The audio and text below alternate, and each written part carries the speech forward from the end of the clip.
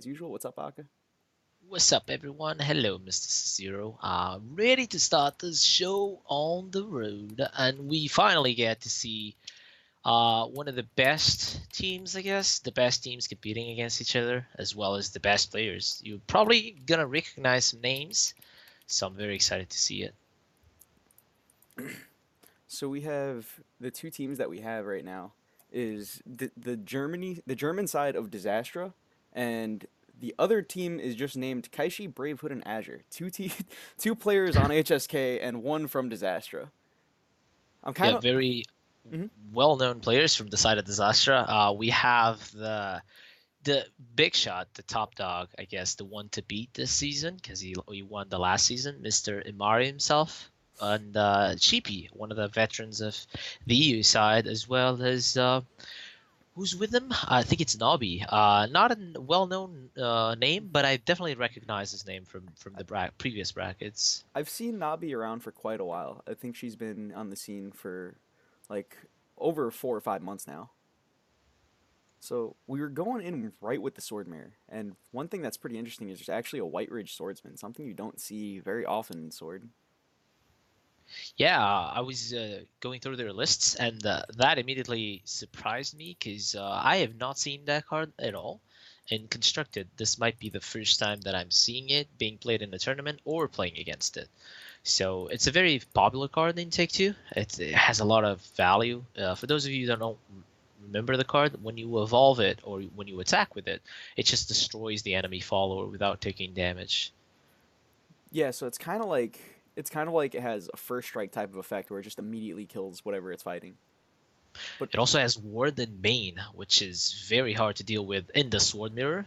Sword doesn't have options removal spells other than the Vals's White Bomb, which is very costly in tempo wise. So we're seeing a basic standard for both players. They're just trying to assemble their mid-range combos. Usually decks are running card draw on the early game, and then they just start to assemble their choice options. Cards like Gawain allow them to get an explosive combo later on, or just on the other side we see Lux. Lux is one of those interesting cards. How do you feel about Lux? We haven't seen it a lot so far. Lux is pretty interesting because she's really good at just guaranteeing that you have either your Sky Fortress or your Arthur later on in the game. And the issue with her and the card that people tend to like play over Lux is they either choose to not play the extra 2 drop or they play a Prim in that same slot. Um, what's interesting here actually is since there is a Prim here played on turn 2, most 2 drops played from Sword would actually get blown out by this Lancer of the Tempest. But the Prim is actually able to not even get hit by the Lancer of the Tempest because it has that ambush. Absolutely. Going first, one of the best two drops you can play is a hedgehog because it just gets followed up so well by a Kohulan or a Lancer, I guess, or the Lancer that you mentioned. Also Momo, some lists are running Momo. That's also a possibility. All of a sudden, you just get the board control. You have this 2/3 hedgehog that's not easy to deal with. Contests every 3 drop that Sword has access to, as well as the Vals or their own Lancer, which doesn't even survive the trade. So it's a very strong start from Disastra. I believe Disastra is on top because I saw them running Deluxe. Am I correct? All Yeah, right. Team Kaishi, Bravehood, and Azure are on the bottom. So they opted to go for the Lancer anyways, just for the tempo option. They're really saving their looks for the turn 4 because their hand doesn't have a lot of gas. They want to refill that gas, and they were probably knowing Sheepy and Skykale. They're probably thinking what their opponents could play, and they thought that they needed that looks because this game is gonna take a while. I really like that decision of keeping the Prim hidden so that the Lancer of the Tempest can't get a value trade on it. And as I mentioned, they went for that option because they needed to get they needed either Gawain, which I'm not sure if they're running, or Frontline Cavalier is also an option because they need their mid game strong houses because so far their hand was a couple of 2 drops. Yeah, their list is playing 3 Gawains. But interestingly, actually, Gawain isn't a commander, so Lux can't pull Gawain. Oh, you're right. It's one of those. Again, it just shows inexperience from my part because I have not played looks that much. But we see here for one of the first times that we get Big Knuckle Bodyguard is we see it first here, probably before SVO, and this is one of my favorite plays to do at the moment. Is to when you don't have a handful of commanders and you don't need to evolve the Gawain, you always love to have evolves. Valus is super strong because of how flexible he is and the fact that you can choose to either play the Pure Bomb or the what's the name of the other one? One is the Pure Bomb Holy and Holy Pure Bomb and Fatal Spell Bomb, right? fatal, yeah, yeah, yeah. And since you can hold the spell bombs, it just makes the card so much better. Whereas Big Knuckle Bodyguard, he cost 4 and he was statted better, but he was just much less flexible because you weren't able to hold on to the destroy effect. You had to use it right then and there. Absolutely. There's also the option of concealing information, the choice mechanic. Fortunately or unfortunately for some people, you do not show your opponent what you chose. So that means they will always have that pressure of keeping in mind that you might have a banish effect or a tempo spell bomb. Interestingly enough, they choose to go for the cool-in. They're trying to clear that board as much as they can, possibly the Hedgehog follow-up. So I expect an Evolve. You don't want to fall too much behind, even though Evolves are very important in this matchup. If you allow your opponent to establish an Arthur first and before you do, even when you go first, that is game-breaking. In the sword mirror, from my experience, the mid-range sword mirror, one of the most important things is just keeping your opponent's board clean. If you're able to do that every turn, I think you just pull ahead throughout the game. This is really smart, I think, evolving the Luminous Knight instead of trading in the Prim, because if you look at the hands of Disastra, they have that Council of Card Knights, and the Council of Card Knights the Storm unit would have traded very nicely into the Luminous Knight. Yeah, another option at their disposal was to evolve the Prim, as it doesn't cost Evo points and do that same trade, but that would sacrifice their Prim. And like you mentioned, 1-3 is more valuable in this matchup. You just want to stick any follower you have for the possibility of getting Fortress. It wouldn't surprise me to see a Gawain next turn, just because you want that Fortress on 7 to contest the Arthur that you expect to be playing against, because your opponent just went first. Yeah, and you also do have that Holy Bear Knight to follow up with the Gawain play too, if you want to do it that way. Actually, no, they both have enhance, so you can only play one of them. Yeah, yeah. So I was probably expecting a Celia together with the Gawain. In this matchup, for me, Celia is either a 5 play point spam a whiteboard, or just a 2-2 for 2, because I don't think you are able to get a big enough board to finish the game with just a swing. I find it interesting that this turn we see the Luminous Mage and not the Council of Card Knights. Yeah, and it's just I would have preferred to see the Council of Card Knights, just because it's a better option to stop the Gawain.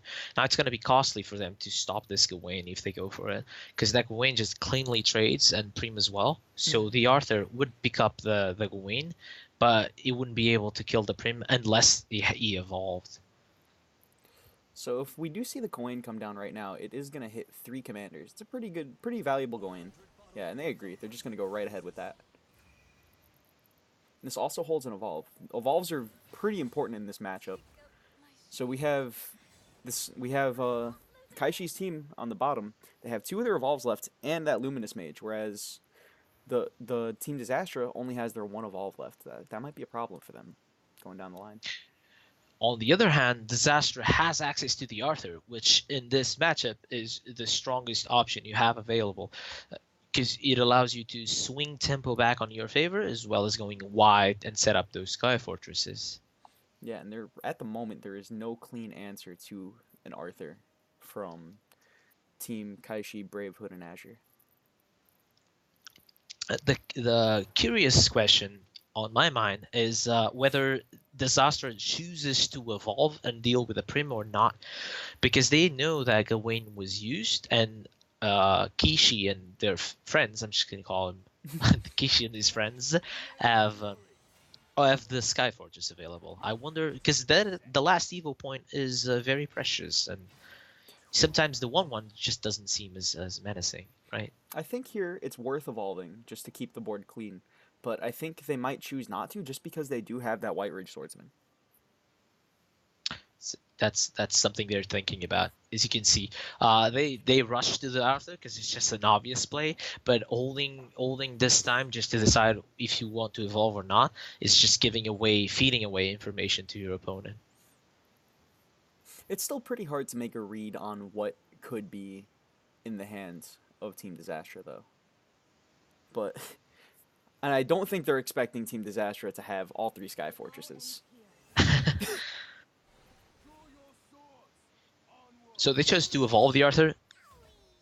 In this matchup, actually, evolving the Arthur is correct. In most matchups, you want to split your stats, so I just like to evolve that Celia, because that way they would have to deal with three of my threats, because they want to kill my Arthur because of Sky Fortress, they want to kill my Celia because she's just evolved, and they want to kill the Hedgehog because it's just gonna grow. And it's just a nightmare when you do evolve the Celia when they're all protected by the 2/2 ward. This is the best setup in my opinion for Arthur. One of the reasons why I like running only those 4 2-drops instead of cards like Lux or Prim. So here there's the Lancer, but the Lancer unfortunately really doesn't clear much of anything. One thing about Lancer is even if you get in the Sword Mirror, oh, this is interesting. Yeah, they're gonna choose to get rid of the Arthur, I believe. If they're doing this, oh yeah, okay, this does make sense actually. Yeah, it makes sense. It didn't register in my mind that they could have Lancered the Arthur like that.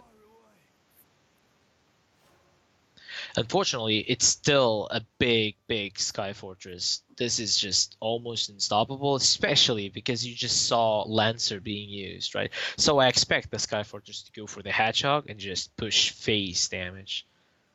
Yeah, one thing about Sky Fortress is that it even though Team Disastra is out of their evolves, Sky Fortress is like a pseudo evolve because it itself has rush. Yeah, and it's so much stats. It's just a 9 9 9, I believe, right? Because it's +4 +3, and it's a 5 6 body. It's a So no, it's an 8/10. 8 10, which is even better than the 9 9. So that in itself is it's like you're getting a +2 +2 evil effect on the 5 6 body. Mm-hmm. It's one of the most powerful cards of the whole expansion, and Disastra has access to 3. When you're on the draw too, like we see, um, Keishi and friends have their Sky Fortress, but they can't actually play it because they've never been able to stick a board. Yeah, that's the problems of not having.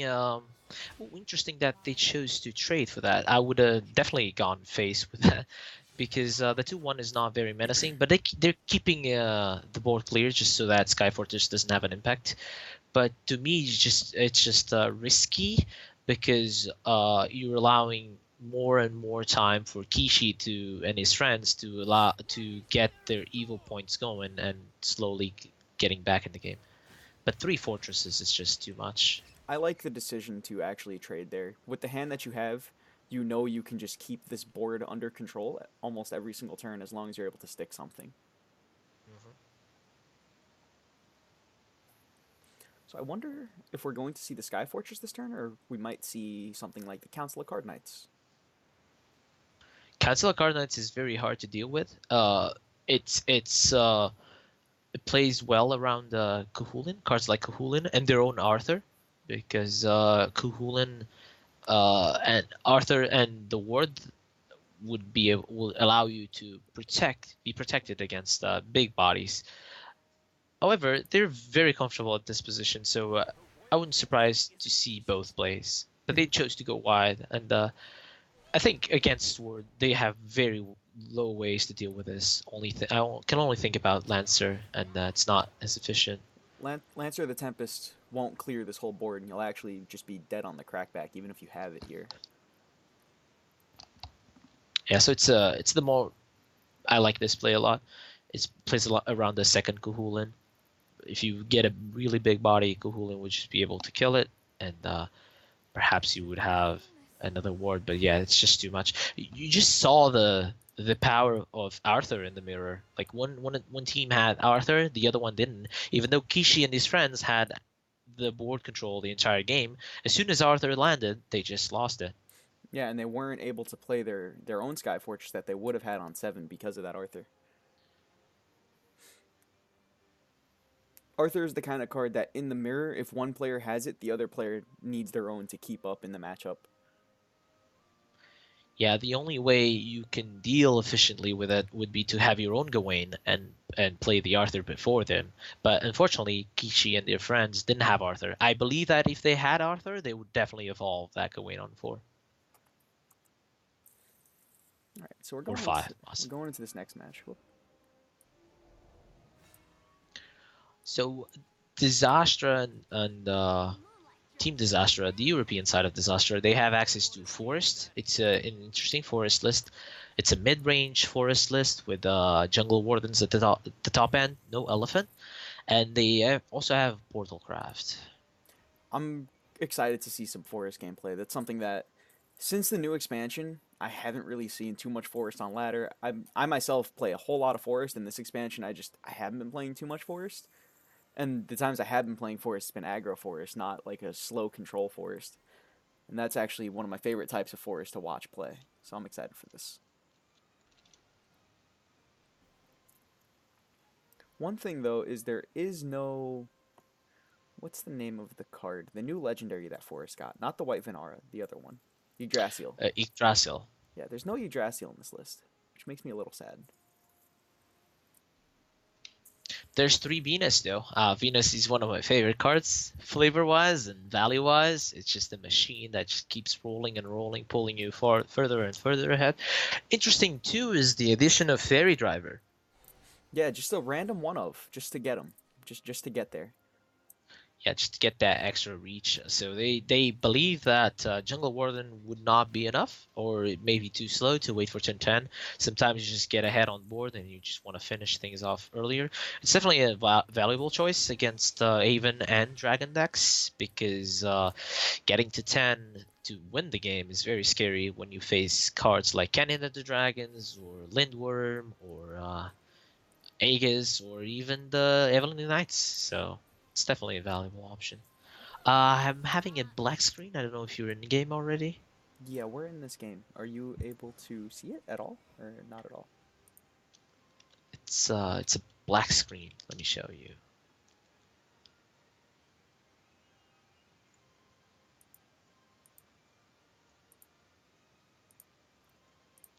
Try.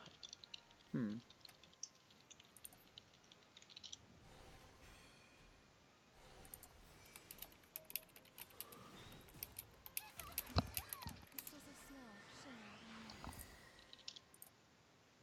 All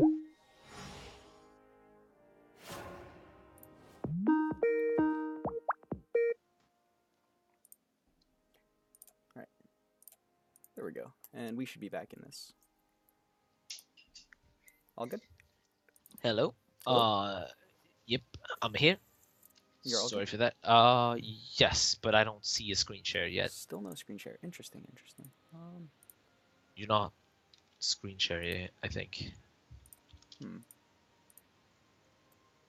That good?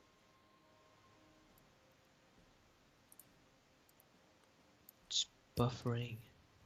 You can tell me how the game is going though. Yeah. In the meantime, right now, we're just seeing the Wooded Brambles get played on 3. Because that Magic Fairy Lilac actually doesn't fight well against Snow White.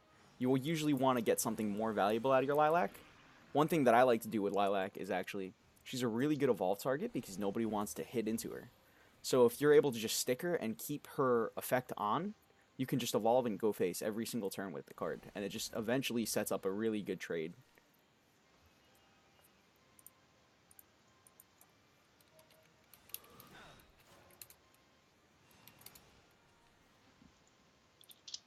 Nope.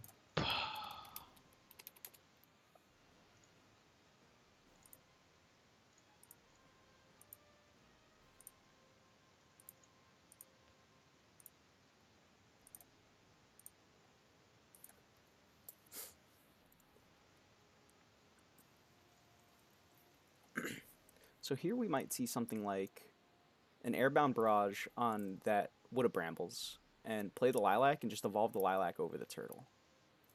And that'll get board control for the forest and just allow them to keep pressure up.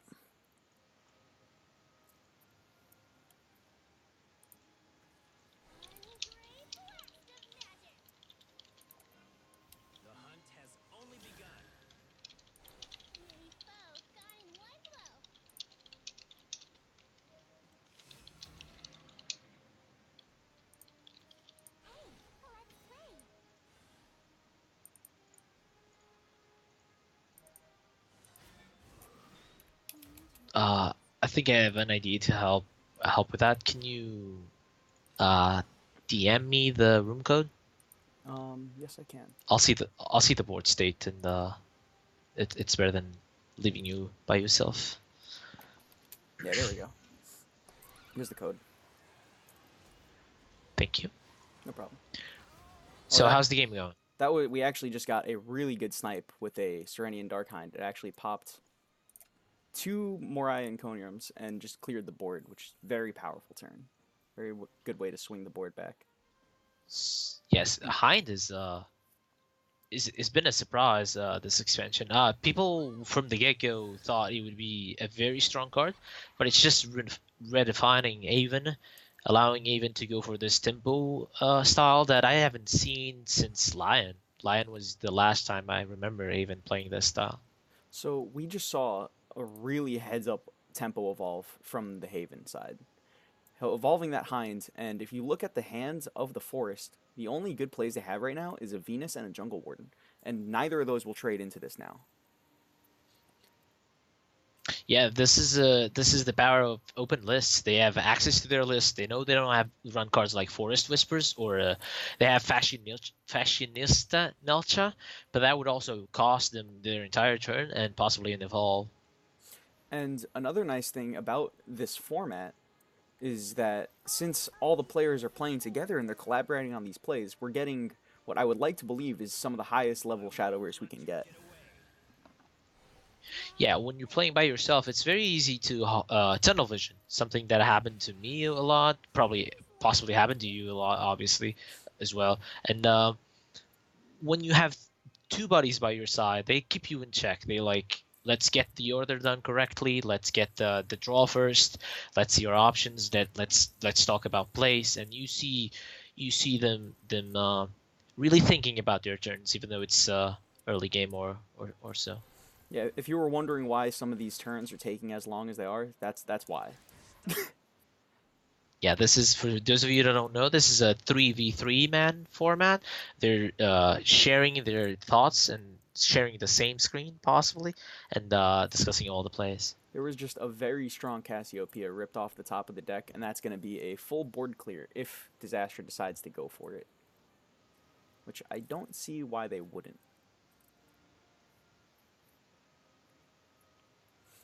Yeah, unfortunately, I'm still catching up to the game, but we'll get there. Can you see both hands or only one? Only one, man. Okay. Only Avon's hand. Okay. Yeah, and there's the Cassiopeia. So that Cassiopeia is going to clear everything. Possibly one of the reasons they were holding it before they played it was just, you don't want to just immediately slam it to give away some form of information. The longer you wait, it makes it seem like your hand may or may not have something going on in it. Yeah, other options. It also allows you to count and make sure it's enough to kill everything, I guess. We've all been there, and we don't want to make a bad play at this level.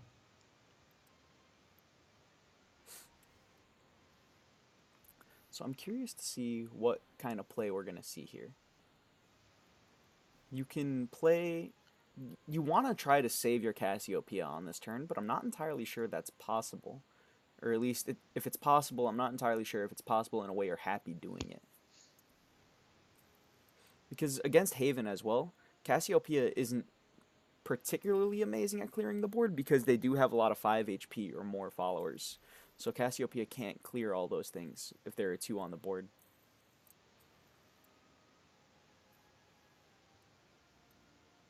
I believe I'm live now. Are we at turn 7 for Forest? Yes, we are. Okay, there we go.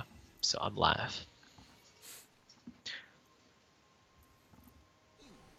Okay. Okay, this is a pretty smart clear, I think. Oh, they're still losing up the Cassiopeia. I thought they had one more play point. Maybe they could have cleared that out. This does hold It's their still, Evo, though. this is also very efficient. When you think about it, you just spent a card that was basically Cassiopeia because the fairies were obviously tokens. You're throwing away your fairy driver, but he's not your win condition, and you're replacing him with Harvest Festival. So that was a very valuable way to deal with that board. You also managed to keep your Evo, so it was a very good play. Yeah, holding on to the Evo, I think, is the most important thing here. Because now we see there's that rain, and rain is actually a really good way at coming back on the board, especially when you have a Brambles already up.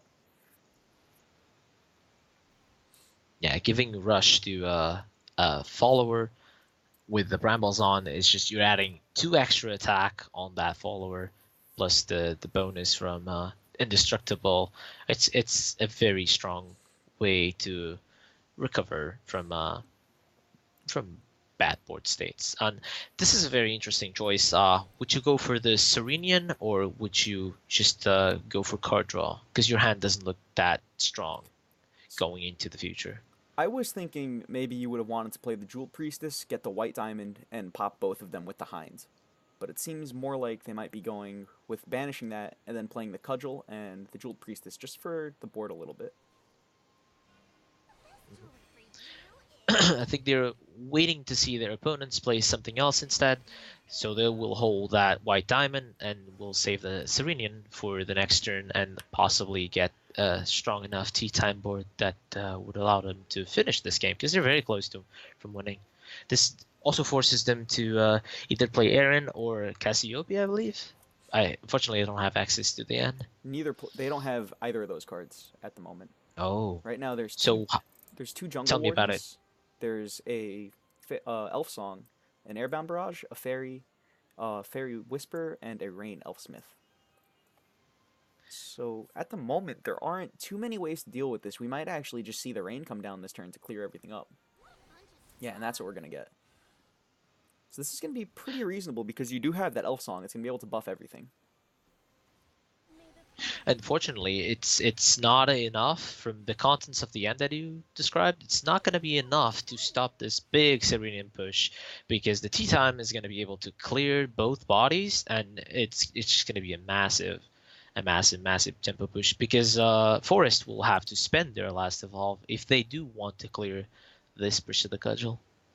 Yeah, we're going to need to see something like a Cassiopeia or an Aaron off the top, and very soon. If they can get there, though, there are two Jungle Wardens just waiting. Harvest Festival will also give them that option to get to those cards. Okay. And look at this. So the tea time actually doesn't have the best clear here right now. Because they're going to have to throw the 3 damage into the Fairy Whisper. Oh, but that changes things. The card that they top deck was very good for that clear. That will allow them to keep their tea time alive if they choose to commit the evolve damage and the blackened scripture. I definitely think you go for the white diamond and the Karenian Hind just to see what you get and then go from there. Yeah, I think that's a good idea, and we'll see what they end up deciding. So off the top of the deck, what they got from that from the Harvest Festival was an Insect Lord, and that's going to be pretty helpful at helping them pull back onto the board. Because they do have that Airbound Barrage too, so they can just go wide, Insect Lord, and then Airbound to clear everything up. Another interesting choice would be to it would be to go for, I believe this is too passive on their side. They're again giving them enough time to establish those jungle wardens, as well as they're not pushing 3 damage face by doing this. I was thinking you could evolve your tea time face just so that your Heavenly Knight from there on is always lethal, right? Yeah, that actually is pretty helpful, just getting that little bit of extra damage. Because right In, now you're not in giving my yourself an avenue to victory, and once these two Jungle Wardens come down, you're really going to be under a lot of pressure. Not only that, but your hand just stopped existing. You spent your last evil point. Your white diamond at this point is just too slow, and your hand has no gas. It's just that Grimnir going for you, but that Grimnir is not going to deal with Jungle Warden. I think that better than even breaking the tea time, I was thinking about Karini and Hein just to break the white diamond, because again, you just need those Heavenly Knights to finish this game. Yeah, you need more cards right now. Is like the main issue here. And let's see how many Serenian Hinds have been played from them. I think this is the second one. Yeah, this is the second one. Yes. So they don't have. If they're gonna want that diamond to proc, they're gonna need 2 turns, and I assume they might want to just play the Too slow. Grimnir next turn. Last turn was Yes. their best opportunity to pop that. Oh, this is an interesting way to clear.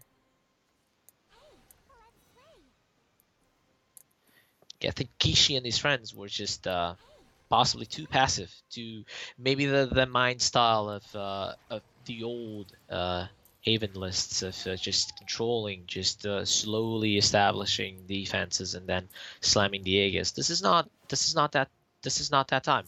This is not the time to slowly and grind your opponent. This is the time to be aggressive. This is a Summit Temple deck, right? This is a Temple option deck.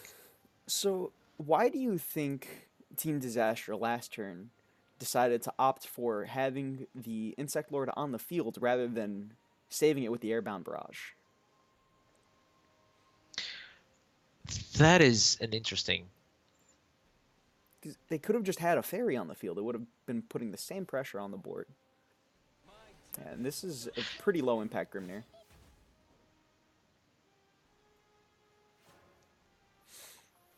This Grimnir would be way better if it still did face damage. Again, this is even if they top deck Heavenly Knight now, it's still 3 damage off, and we're just gonna see that train of Jungle Warden start. I believe that they will definitely slam that. They they are thinking about future turns, but this one is quite easy. If you have 10 play points, you have an option to clear half the board and push face damage. You definitely go for that. All right, This is where it hurts. so I think you need to just play this Jeweled Priestess and try to draw more cards now, and hope you can survive that long, which I really don't think you're going to be able to.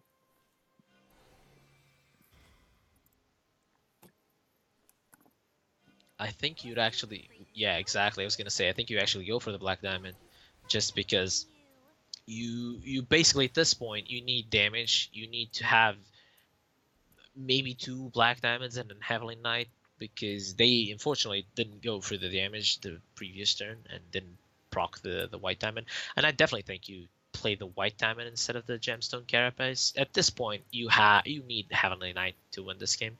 Carapace is going to be too slow. It's not going to be online for another 3 turns. You're not going to be able to attack with it.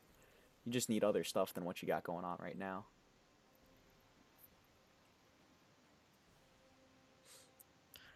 So, And yeah, the 3 turns too slow probably for the White Diamond, unfortunately. And again, I think this is just double Jungle Warden. I believe I wouldn't even trade with a 1/2. I would just slam face. what do you think about? Because there's a Wood of Brambles in the hand of the Forest, so you can actually play this Wood of Brambles, and then you can trade your Jungle Warden into that 4/1, and then you can Insect Lord away the 1/2, and save your Jungle Warden either for more face damage later on or for a board clear again later in the game. You're already up really hard in cards and already up pretty hard on the board. Yeah, they went for that choice. I would have played the Jungle Wardens because I would keep the Insect Lord for the Heavenly Knight. Because at this point, Haven is very desperate. I would hop to keep my a ward at least, so that I don't allow a Heavenly Knight to deal 7 damage to my face. A play that is also pretty nice, which you're opening yourself up to at least have the chance to do by not playing the Jungle Warden now, is sometimes, very rarely, but sometimes you're able to Airbound Barrage one of your Jungle Wardens. And that's some sick value if you can get that off.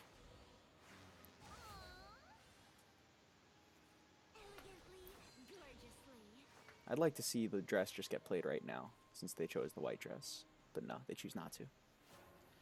Oh, they didn't choose the black dress? That's interesting. Yeah, black dress. The scariest card for you at this point is Heavenly Knight, and Black Dress will deal with that pretty nicely. Yeah, because imagine if they had Black Inscription and Heavenly Knight here, they would be able to push 7 damage to face, and then you're just either a Black Diamond or another Heavenly Knight, or I don't think there's any other ways of reach to get that reach damage, but yeah. I want to see this dress get played now. It's the only thing you can do. I'd like to see just a little bit more face damage get pushed now.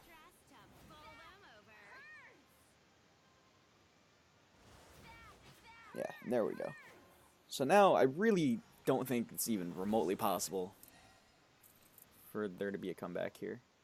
Yeah, Jean will clear a good portion of the board, but by clearing the board, you're just opening yourself up to that Jungle Warden. Yeah, and unfortunately, Heavenly Aegis came a turn too late. A last turn would have been a good option for, because there was only a Jungle Warden on the board and an Insect Lord. You would be able to establish it, followed up by a John. That would be beautiful, but yeah, If they too drew late. those cards a little bit earlier off that white diamond, they would have had that Aegis by the time they needed it. Mhm. Yeah, sometimes you have to think about your hand and what's going to happen next turn. Because the turn they played was very, I wouldn't say strong, but they were ahead on board by what they did. But then they just lost gas. Even if Forest was behind for 2 turns, they had the leniency to be behind for 2 turns. So let's see, whose game are we going into now?